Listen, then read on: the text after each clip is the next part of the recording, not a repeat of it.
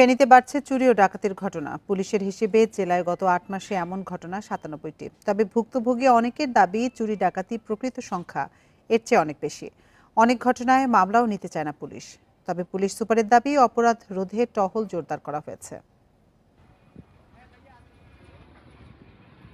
গত ৬ এপ্রিল ফেনীর সোনাগাজীর মতিগঞ্জে অবসরপ্রাপ্ত সরকারি কর্মকর্তা ফিরোজ উদ্দিনের বাড়িতে ডাকাতি হয়। অস্ত্রের মুখে নগদ টাকা ও স্বর্ণালংকার নিয়ে যায় ডাকাতরা। গলা চেন, রকেট, 3 আন্টি, ৫,০০০ টাকা আছিল লোক গেছে।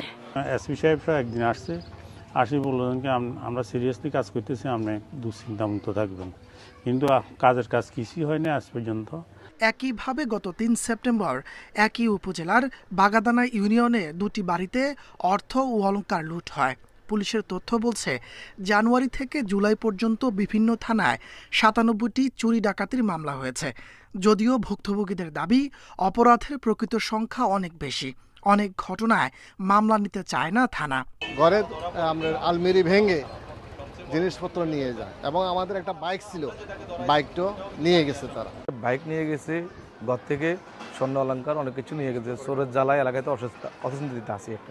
অপরাধ প্রবণতা এলাকায় টহল বাড়ানো হয়েছে জানান পুলিশ সুপার। কেউ দায়িত্বে অবহেলা করলে ব্যবস্থা নেওয়ার আশ্বাস তার।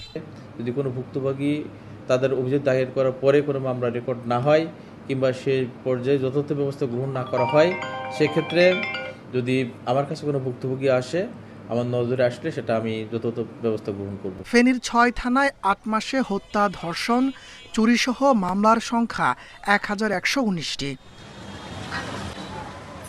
Independent news.